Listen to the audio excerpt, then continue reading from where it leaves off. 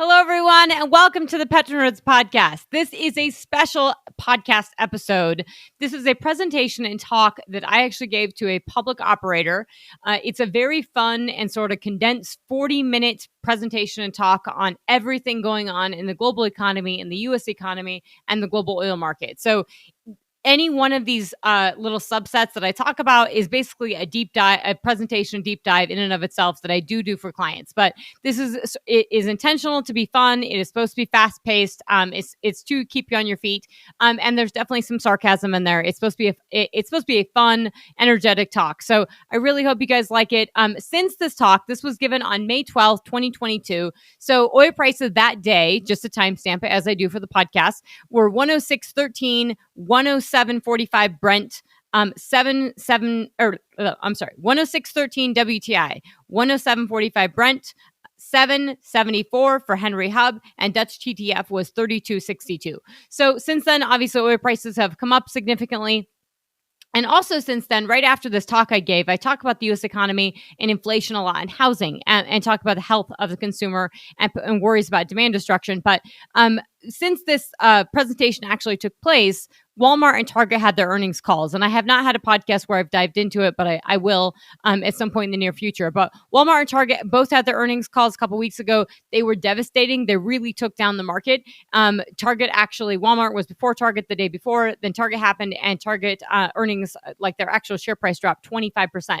And the reason their share price dropped was simply because they had to discount actual product to sell it, and the consumer was spending more on food than they were on discretionary items like bikes and TVs and things like that. So there was a real shift in change in how people were spending during stimulus check time versus how they were spending in a time where we have very, very high inflation and very, very high food inflation. And that's something that Walmart was talking about Walmart was talking about double-digit food inflation figures and saying that the consumer was actually buying at Walmart was actually choosing to buy half gallons of milk instead of whole gallons of milk. And those are very, very serious things. So that's just to put in context. Really hope you guys enjoy the presentation and talk. Take a listen. And if you hear the voice getting a little bit weak, that's because I'm moving around. I'm pointing on the slides and stuff. So it's a great presentation to watch or video to actually watch. So I encourage you guys to take a watch on YouTube. But with that, thank you guys so much for listening. Bye. I know you guys have had a super technical, fun morning, probably on all the cool, nerdy stuff that I wasn't allowed to hear and see about. And I started my business and career on U.S. shale, so cut my teeth on everything U.S. shale. But today, we're not going to talk about that as much, although I will close with that. I'm going to tell you a lot of pretty not fun and scary things. A lot of the presentations I've been giving to a lot of companies, a lot of clients lately, I get this really somber look. And it's usually, by the way, I'm compressing this into 30 minutes, and I'm spending a lot of time, like 2 hours in my first meeting with clients to really go through everything. So all of these things are big things. So if you have questions, like I'll be around, in your hallway for a bit. I'll certainly be around for a happy hour and happy to talk about them. But the whole point of this in understanding the macro, as you guys know, is you are a publicly traded company, and whether you're public or private, everything that's happening in the global oil environment impacts oil prices and will in turn impact your business at some point down the road. So understanding it, while it may seem a little bit out there, it is important. And I mean, I can tell you, every single Uber ride I had just on the way down here, I was asked about oil prices, and boy, did we talk about oil prices. Okay, so what is a PetroNerd? That would be me. I'm on some tank batteries. My dad was pumping oil wells. And the reason I show this is because I always say, this is a boom and bust business. And we forget that a lot in this business. I mean, I grew up around it. My dad pumped oil wells. My grandfather pumped oil wells. I'm third generation. And when it's booming, it's great. And everybody, when it's booming, we don't think it's going to bust again. And when it's busting, people don't think it's going to boom again. So I would just say we have to be very careful about the current $100 oil market. It's about as scary and volatile as I think it's ever been. And that's just a true PetroNerd because I have a pump jack in my backyard. I have a rig on my front porch as well. So major takeaways is really sort of, the state of the oil market, inflation, global economy. We're going to talk about all that. So we had the war in Ukraine, which is very, very serious, and I don't want to make light of it. But before the war, we already had inflation, we had an energy crisis, and we had major issues going on with China and supply chain issues, stuff that stuff that is actually impacting you guys on a day-to-day business, whether it's impacting you for casing or steel, or and not being able to actually drill wells, or your service providers who are not being able to get chemicals because they're coming from different parts of the world. So the China supply chain issue has been raging for a while. We have zero COVID going on there, lots going on in that department. But now we have a actual war going on in Ukraine, and it's impacting a lot of things, including it's really just taken this energy crisis, lit it on fire, fueled the flames, and now we have a food crisis along with it. And if you're thinking about things that could, turn the global economy, it's not going in a great direction already, but a food and energy crisis is certainly not good. And it can exacerbate war and strife that's already happening. That could escalate prices, but it can also just, places like Africa and the Middle East who are vulnerable for food, it's impacting them. So it matters because all this is, you can debate the whole when is recession happening or not. You can listen to economists. I mean, we went from several months ago saying the Fed is never going to raise rates to, oh my gosh, the Fed's going to have to raise rates like crazy. So when people say, yeah, we're not going to have a recession for a year, I call BS. I would basically say Europe is already in recession. You are nosediving in economic growth. We're already there. And I think, and China has been there for a while. They're just masking the data. So the reason recession matters is because that impacts oil demand, and the reason oil demand matters is because that impacts oil prices. Inflation and high oil prices, if you take nothing away from this presentation, it is the chart I will show you on inflation and high oil prices. And we have never been there. You guys have not experienced high inflation and high oil prices. And that is absolutely damning to not just the U.S. economy, but the global economy, and has very significant repercussions that people, no one's really talking about. And so ESG and the energy crisis, I really do take ESG very different, and you can take qualms with that. You can ask hard questions. You can tell me I'm wrong. That's totally fine. I think ESG has really caused a lot of problems that people are not appreciating, and I really throw ESG and investor pressure and the energy crisis sort of all together. And it is really important because we do need leaders, not just in public companies, but in private companies as well, and in the oil and gas industry, to really explain what ESG is and what we're doing and how it's working or not working. And then the last thing I'll close with is the U.S. is that there is actually a lot of opportunity, because we are going to see rising unemployment in the U.S. and likely we're not going to see oil prices completely crash, which means that this is a good thing for the oil and gas, not a good thing, but the oil and gas industry could actually be hiring people and doing decent when the rest of the world is not doing as great. So the global economy. I'm just going to say here that the global economy, oil prices, as of before I came over here, were about $105. The real problem we have, and this just came out from the IEA, International Energy Agency. I just got this morning.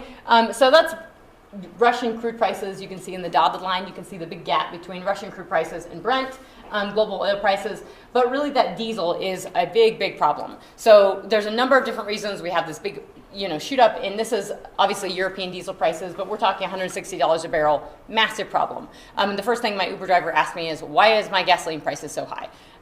Of course, he didn't care about why gasoline prices were, didn't care about gasoline prices when they were low, but he cares about now that they're high. That does matter, because the industry has not done a good job of explaining and understanding, and frankly, we haven't had high oil prices. So it's new for everyone. But we are seeing, from a Russian perspective, the problem is that barrels didn't come off line immediately, right? We saw prices in crude spike. I've been telling a lot of folks, clients, talked on the podcast about, you're going to see a spike in oil prices. The barrels aren't going to necessarily leave the market. But the reality is that just recently they're beginning to shut in barrels in Russia. And when you have a war raging on and you're producing 11.5 million barrels per day, the question of how long you're going to be committed to producing 11.5 million barrels per day should be questioned, because you're just not going to put all that time, effort, and energy perhaps into producing this oil, especially when the world doesn't want it as much. That being said, India is taking nearly 900,000 barrels per day of this crude. China's taking tons of this crude. So lots of countries around the world are buying it, but we did see those short-term spikes.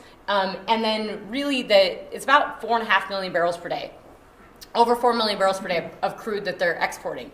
Now, the problem is they're exporting 3 million barrels a day of product. And it's that product, I think, that we're really feeling, is that even if it's 500,000 barrels a day, 1 million barrels a day that's not coming on the market, we're all feeling that on the product side. And then China is in shutdowns, and China does refine a lot of product, and they actually usually export some, and they're not doing that. So incrementally, this is sort of just hit the market. And that's basically you can see that Russian oil products demand has come down, but that's also a signal that it's not moving. So that's why they're taking it off. Now, I personally think that natural gas prices are probably as big, if not bigger, of a concern than oil prices right now for not just the U.S. economy, but the global economy.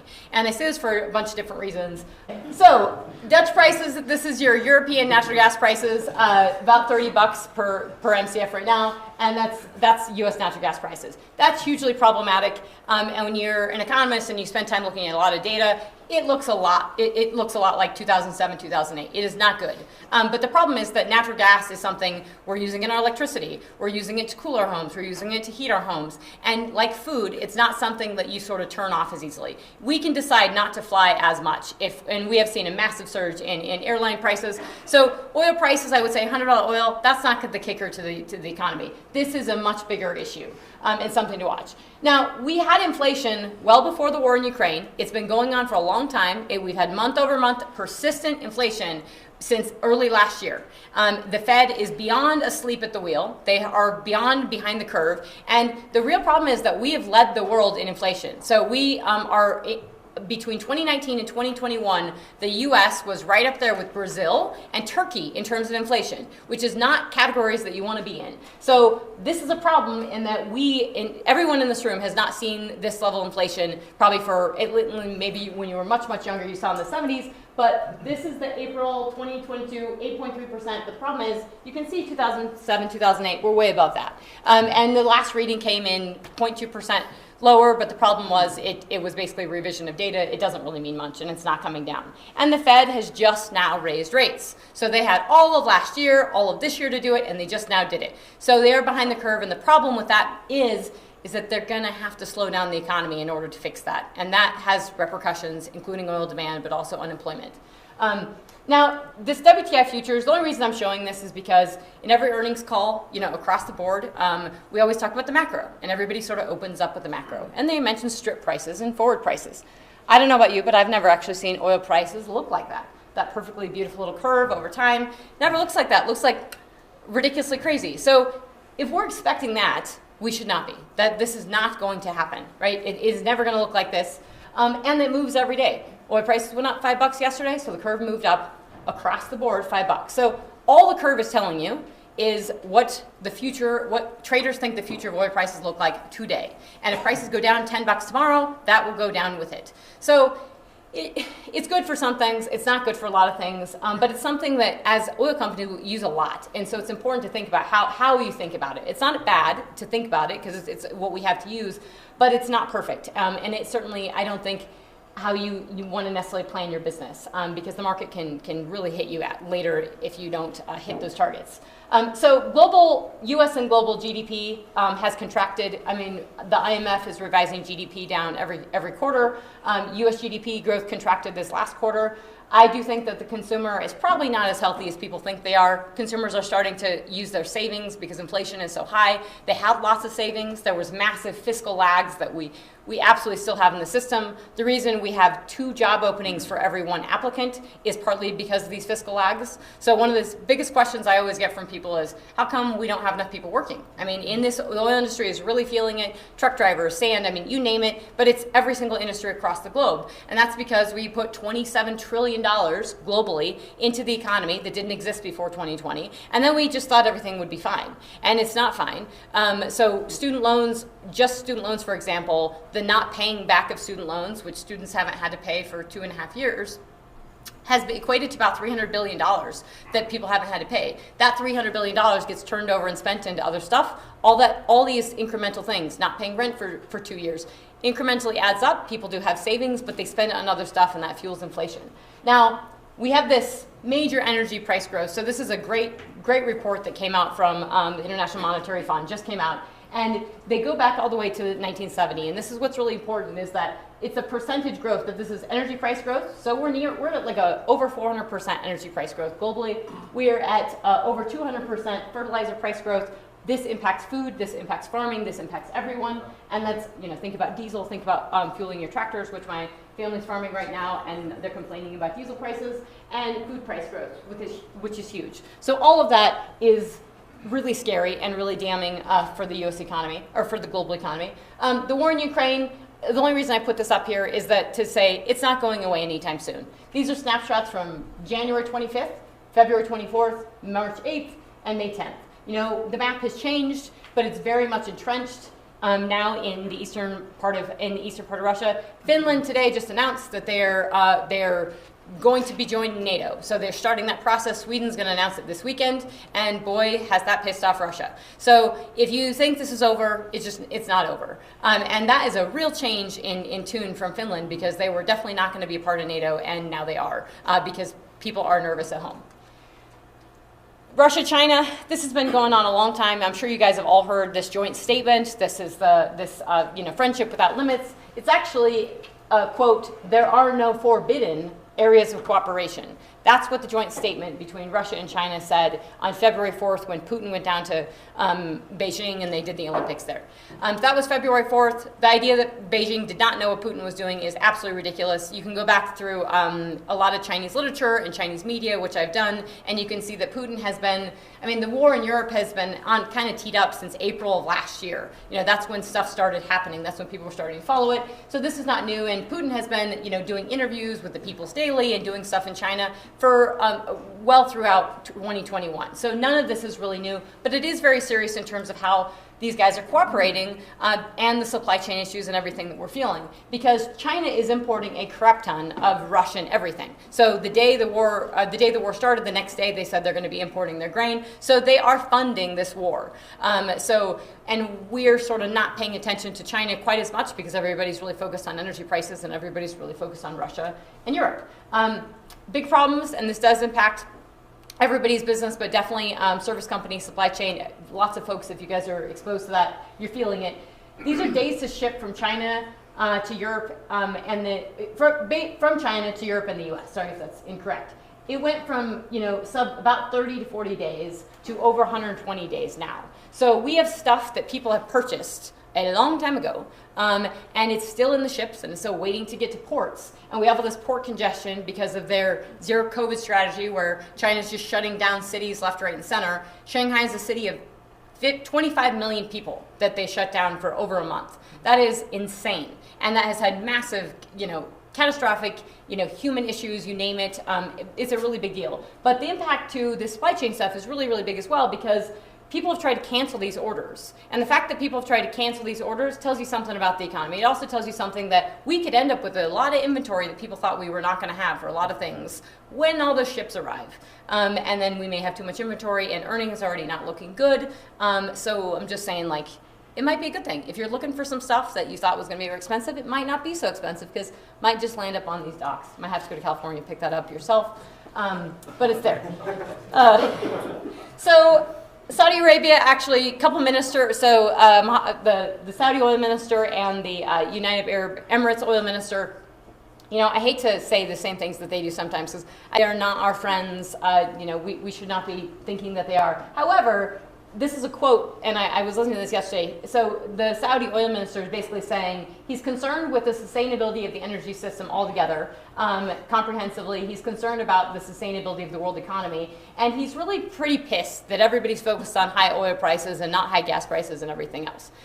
He's not completely wrong that they can't just jack up a bunch of production and then hope everything is going to get better, because that won't solve, they could jack up a bunch of oil production. It won't solve the natural gas prices. It won't solve all this stuff. Also, it is called OPEC Plus for a reason, the plus being Russia, and they are in bed with Russia. So they won't even say war in their the OPEC document that comes out every month. They won't say the word war. They call it conflict. I think they accidentally said war in the month of March. But they are concerned about demand. So remember that OPEC is very, very good at one thing, and that's supply. They're not good at demand. So none of us are really good at predicting and forecasting demand, and so that's why we have the oil prices that sort of go everywhere. Electricity prices are up, food inflation is up. Okay, housing, just remember this is one of these things.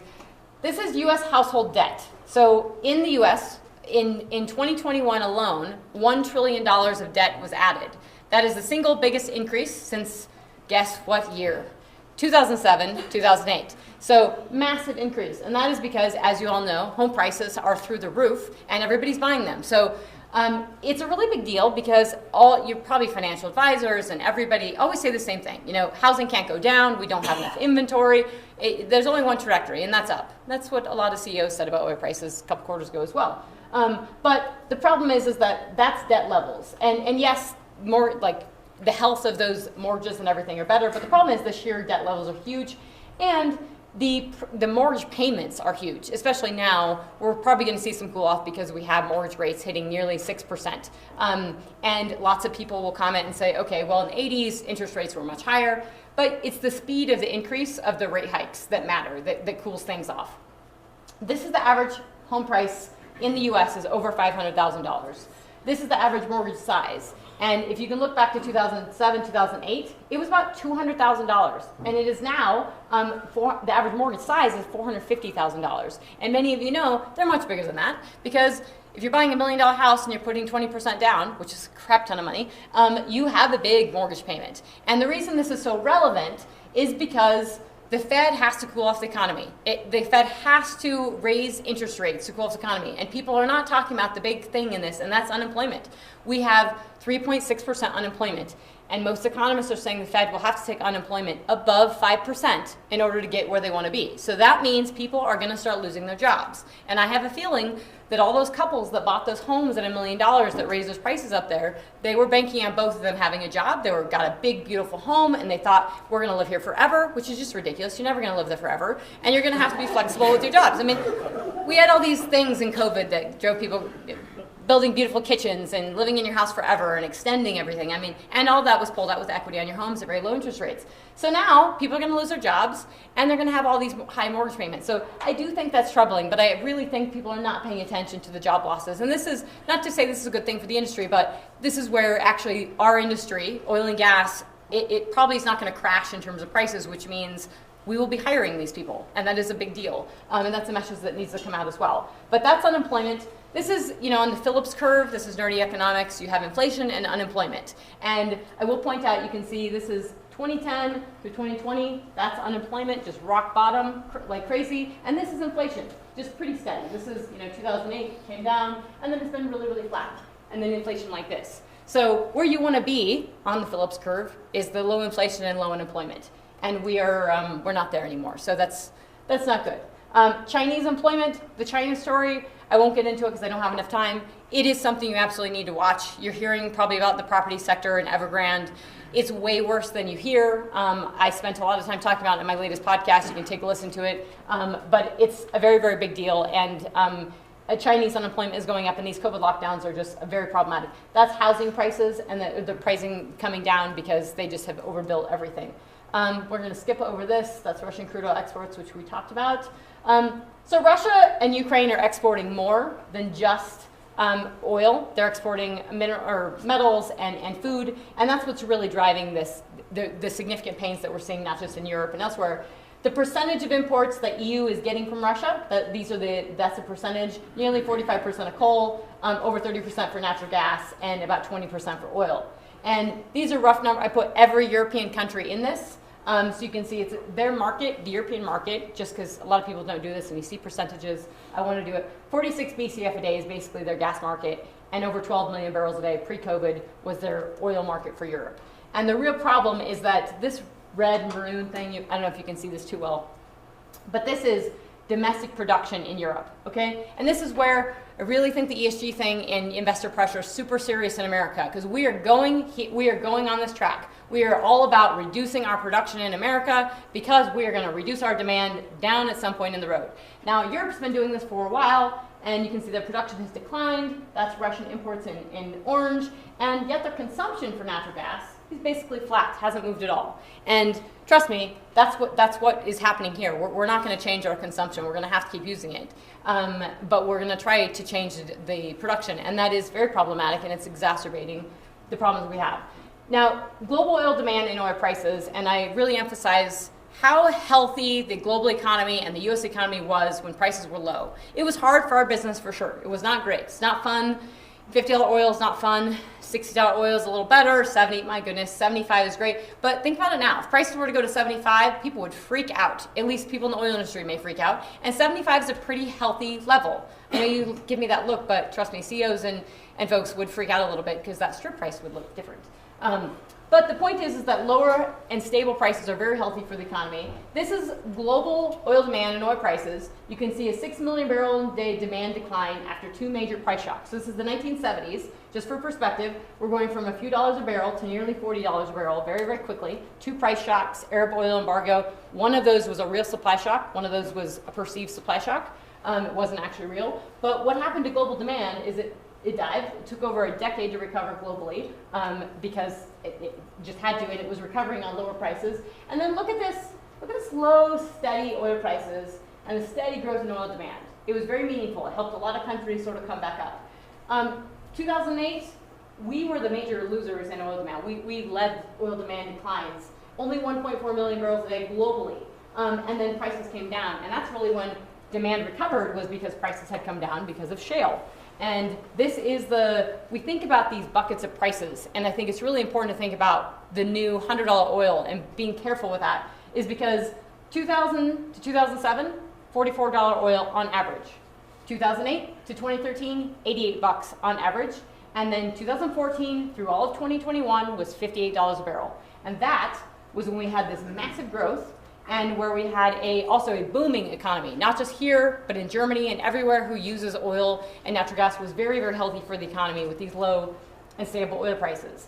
And global GDP and oil demand, it's these orange and green lines, they track in line really well. So when I was telling you about those revisions in global GDP growth, when global GDP goes down, so does oil demand. And when oil demand goes down, so do oil prices. So they track in line really nicely. So we want stabler, healthier prices. We don't want crazy in the sky prices. And with all this being said, I don't actually think oil prices are going to crater. Okay, I don't think we're going to see, demand crater. So the black is coal. This is global coal demand, global gas demand, global oil demand. And the last year where it dipped is 2020. But it's not. I don't think it's going to crater. I think it's going to we're talking about a 100 million barrel a day demand market. And we may see 98 million barrels a day, 99 million barrels a day. But if we're producing 100 million barrels a day, that's what slips the market. So the U.S., and this is where it's a little more pronounced, and we are a 20 million barrel a day market that we consume. So we're 20% of the U.S. oil demand market, and we're producing 11.5 million barrels per day. So this is what that same chart we were looking at before for the globe. This is U.S. production in black. This is demand in red, and oil prices here in green. And you can see we lost 3.7 million barrels a day of demand. Took a long time to recover. Took all the way until 1998 to recover. That is a huge deal. So when we talk about demand destruction, it's very important to think about the demand destruction. So it recovers, and then when we look at the 2007, 2008, the correction, this was very severe unemployment. We had 10% unemployment in 2010. I know because that's when I came out of school, was trying to get a job, and it was awful, and it was very real, and it impacted oil demand. And then oil demand recovered on these lower prices, and which was this is the takeaway chart. So if you take nothing away from this whole thing, this is high oil prices and high inflation. So that's inflation in red, and that's oil prices in green, and that goes back to 1973, and that is a massive problem because, trust me, the Fed has not dealt with it. Your financial advisors have not dealt with it. No one's dealt with it. And it is a very big deal. And it's probably not going to last long, I think. I don't know exactly persistent inflation, but this is one thing that nobody charts us. I don't know why, because it's kind of nerdy and cool. This is oil demand in the U.S. and housing prices in the U.S. And they move in nearly perfect lockstep. Remember to be humble, so I'm going to be wrong, and I will say that. This is why people this is something you have to do all the time and revise this and study it. But when we look back at the International Energy Agency and we look back at OPEC and EIA, they always do these annual forecasts. And when we look back at crises like 2020, like now, but when we look back to 1998 in the East Asian financial crisis, and we look at the dot-com bubble, and we look at the financial crisis in 2007, 2008, you can see a very clear trend. And basically what happens is whatever's going on then, it's how they project things going forward. So if oil prices are high, they think prices are going to be high. This is a chart from the EIA from the year 2000. The high oil price to 2020 is, obviously it's flat, of course, because it's perfect, it's $30. So that's just ridiculous. I mean, it's a $30 a barrel. But what happened is their expectations are, a couple of big takeaways are that the lower the current oil price, the lower the price outlook, the higher the demand projection. So they think lower prices, higher demand projection. That hasn't actually worked out in reality. The higher the current oil price, the higher the price outlook, and the lower the demand projection. Now that could be the lower demand projection. The reality is that previous outlooks underestimated supply and overestimated rising price levels as well as demand, and the last 10 years have shown supply to be higher and price levels to be lower. So in my entire career in this business, and many of you here, we have surprised to the upside in oil production every time. Every time people say we won't, we surprise to the upside. So I think we do have to be a little bit careful there in thinking about where oil production can go. It's got a lot of running room, and I have no idea how much I probably have capped on my time. You have time for ESG. Yeah. Okay. We have 3 minutes. Oh, 3 minutes. Okay, well. Faster. Okay. Go fast. Yeah. Okay, so ESG and investor pressure. Make it 5. Okay. This is just a picture I was taking on my way home. This is a Hayden power plant that Xcel is going to shut down, along with many others in Colorado. This is a coal-fired power plant. The ESG and investor pressure, I throw this in with regulations and policies. It's really, really serious because it's something that everybody's crazy about and got really excited about in 2021 when Biden took office, and it does correlate very nicely together. And then we had, obviously engine number one getting on Exxon's board, and everybody, and then we had big changes within Chevron and big changes within Shell, all actually the same day. That was a big board move in May of 2021. But the real issue with this, and every panel I get on and everything I speak at, I clearly am the only one that wants to go against most everybody on the panels for ESG, and I have a problem with it, and that's because we have an energy crisis. We don't have enough investment in oil and gas, and we're talking about how we're investing in this stuff, but we have trillions of dollars being pulled out of the system that's going into green stuff, and the problem is when you're investing in lower carbon, you are investing in lower energy. So great for you if that's what you want to do, awesome, but you have to realize that these are low BTU outputs. So Exxon putting $2 billion of CapEx in 2023 when oil price is going to be $100 a barrel that's a lot of wells that you're not drilling. And that's a big deal because the energy output of that $2 billion is really low because it's literally, it's just low energy. We're talking about wind and solar that's going to give us a lower output. And the problem is that we're struggling. Wind right now and solar I think solar is 3% of total U.S. power of generation capacity, 3%.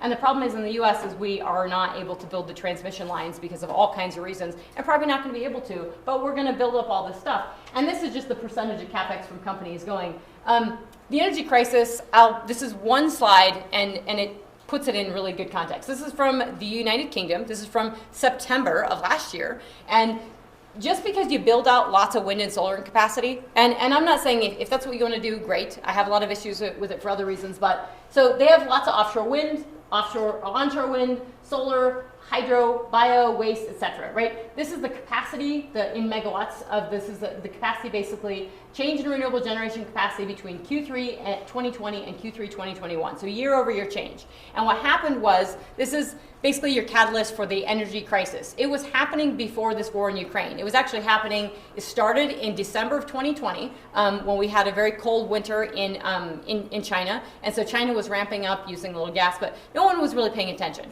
Then we had kind of an unseasonably cold spring in Europe in the spring of 2021. No one really paid attention because gas prices were cheap, but they drew down on all their stocks and reserves, everything in storage. They were drawing down on it, and they weren't investing in oil and gas because they don't like it anymore. So it literally just was not a priority. And then it comes into the summer, and the problem is everybody's renewables, especially hydro, not ripping. It's just reality. When the sun is not shining, your solar doesn't work. When the wind is not blowing, the wind does not work. And when you don't have enough rain, the hydro does not work. And the real catalyst was China, where they didn't get enough rain last summer, and they have 17% of their grid is hydropower, and so they didn't have enough power, and they didn't have enough sun, they didn't have enough wind, and they're just drawing down on coal and natural gas like crazy, and it's causing ripple effects throughout the world. So it started there. But this is September in the UK, and they didn't have enough sun, and they didn't have enough wind, and they didn't have enough hydro either. So all of the renewables weren't working as well. So even just a little bit of a reduction was a problem because then they had to go to natural gas. And that's fine. They have all these backups and everything, but they didn't have the natural gas. And so everybody was doing this and then realizing, hey, we don't have enough natural gas. That's what drove the price spike up. And that's where we saw the big price move in oil prices when we saw $80 last year was because we had a lot of fuel switching from natural gas to oil in power plants because it was cheaper to do that, and we didn't have enough natural gas. Now they're just completely screwed because they don't have enough of anything, and prices are through the moon. But the point is that that's your sort of crystallizing your energy crisis. the Security Exchange Commission, and I had all these slides, but I took them out because I knew I wouldn't have time. But you can go day 1 to day 30 of what happened in the administration, from revoking Keystone XL to getting rid of permits to pausing all new leases on oil and gas to last night. They just canceled the lease sale in Alaska, and in offshore Gulf of Mexico was canceled last night, even though it's probably illegal, but canceled anyway. SEC proposed rules, very, very serious. This is Scope 3 emissions are mentioned 344 times. This is your SEC proposed rules on climate change. So if you're a publicly traded company, we're talking Scope 3 emissions is end user emissions. This is super scary because it has, it's not just oil and gas, but it will impact everyone. It could completely distort the U.S. oil and gas market, could completely distort the global oil market. I mean, it'd be damning for the U.S. This could literally just take our country and nosedive it if we're regulating Scope 3 emissions. So very, very problematic. It will be it's only 600 pages. It will be my light weekend reading. This is federal onshore drilling permits. People can talk about I hear a lot of industry leaders, Toby Rice is talking on a lot of panels. I was on a panel with him in the Marcellus. This is CEO of EQT, and he says in his earnings call how everybody's saying, well, we feel the needle moving a little bit in our direction. The problem is you may feel that moving. You may hear things like we're exporting more LNG. The administration has not done anything in Washington to actually help with that. And the permits, we can see that their permit approvals have nosedived. But there's nothing changed in Washington in terms of actually accelerating permit approvals for LNG or anything to actually move the needle. And we can see ESG pressure in public companies. These are private companies and public companies. These are private versus horizontal well completions in the lower 48. These are private companies off to the races, and that is public companies that have just continued to decline. And that is your ESG investor pressure. That's also oil production and your output, and that's very serious. Chinese consumption, that's power consumption. Clearly a lot of black, that's coal, big deal. So when we're talking about ESG and you're talking about, if it's about CO2 emission and lowering it, it's not happening because this is all coming from China. That's global CO2 emissions, just so you know, that's black. It is global. China is in red. So that's China using coal. China is building out right now. They have energy and food security. Two main pillars are right now for their economy is energy security and food security. So they are ramping up coal output they don't want to be caught in the same position they were in last year, so they're ramping up coal output like crazy. They are building out. When you hear industry leaders say they're building out a coal-fired power plant every week, they absolutely are. And they're actually building out their renewables right in tandem with coal-fired power generation so that when renewables are working, they have the backup, they're not using coal and they can save on the coal, and they just move them out together. It's opposite what everyone in the world is doing, where they're building out renewables and taking off that coal. This is about energy security for them. It is not about reducing emissions, and the only benefit, the talking of reducing emissions really helps them because they are the ones selling the wind and selling the solar because it's all made in China, all made from coal, and that's where, so they are literally causing the problem and selling us the solution. It's brilliant. It really is. The International Energy Agency, this is a quote from them in 2020. This is a really big deal. The IEA has made its own position clear. Since the start of COVID-19 crisis began to emerge, we've been leading the calls to put clean energy at the heart of the economic response to ensure a secure and sustainable recovery. So the IEA went from a group that gave us data that was supposed to literally be regulating how much stocks we had around the globe to becoming an advocacy group who was telling us to stop investing in oil and gas. Everyone stopped investing in oil and gas last year, even though we have a shortfall right now, so it would all be screwed. But they're going to continue to say that. And then this is their renewable outlook. So it's completely based upon, the whole net zero for them is based upon two things. It's wind and it's solar, and it has to go from this to this by 2050. I don't know if you saw the McKinsey report that came out, but the cost for the energy transition they're saying is $275 trillion between now and 2050, so $9.2 trillion a year, which would beyond bankrupt the global economy, U.S. economies. I mean, it's Bananaville. But China, and I know people who listen to my podcasts and people who know me or know anything about me, the China thing's really, really big. So 75% of solar panels and polysilicon is coming from China. The majority of that's coming from Xinjiang, which is well documented. 1 to 3 million Uyghurs, Muslim Uyghurs, in some form of internment camps. And this is from the Chinese 5-year plan. Brilliant document. Tells you everything they're going to do in the future. And this is the province of Xinjiang, and you can see these wonderful arrows. This is, it's basically a powerhouse for energy. Coal, solar, wind, you name it, everything. So that's ESG, right? That's what's going on. Where it's I wouldn't say it's all for naught, but really when we talk about the utilities going crazy and your electric bills going up because we're adding renewables so crazy into the grid, and then you see the outlook of how much it's actually impacting CO2, which is very, very little, and the US oil and gas industry contributes 1% of CO2 emissions is total with the entire US oil and gas industry from production is for CO2. So we're going to kill ourselves for the 1%, fine, we'll do it, but then what? And I would say when you give a mouse a cookie, he wants a glass of milk. So I really don't think it's about just CO2 and keeping this business up, up and running. I don't think that's the end goal. Shale is doing more with less. We're producing 120 BCF a day of gas. We can solve this global energy crisis. We are doing that with only 138 gas rates. Productivity, you guys all know this. You guys have been talking about it. I love ripping into this stuff. I don't have access to your awesome data, but this is normalized decline curve for all basins in the US, and incrementally we've improved. Now there's lots of reasons for this, but even just a smidgen is a big deal, because when I'm speaking to Saudis or I'm speaking to folks in Oxford in Europe, they don't believe this, and they haven't believed it for 10 years. So it's something that people get wrong. Average lateral lengths being 10,000 feet is a really big deal. All these incremental efficiency gains in light of all this inflation and craziness. I would just say, and I'll end, is I wouldn't bet against US oil and gas. I would not bet against this industry. I sure as hell wouldn't bet against private operators because they're going bananas. These are private rigs, those are public rigs, and I really think that's private ducks, those are public ducks. It's a lesson that we have to understand and take and appreciate because production is coming up in the US. And with that, I will breathe.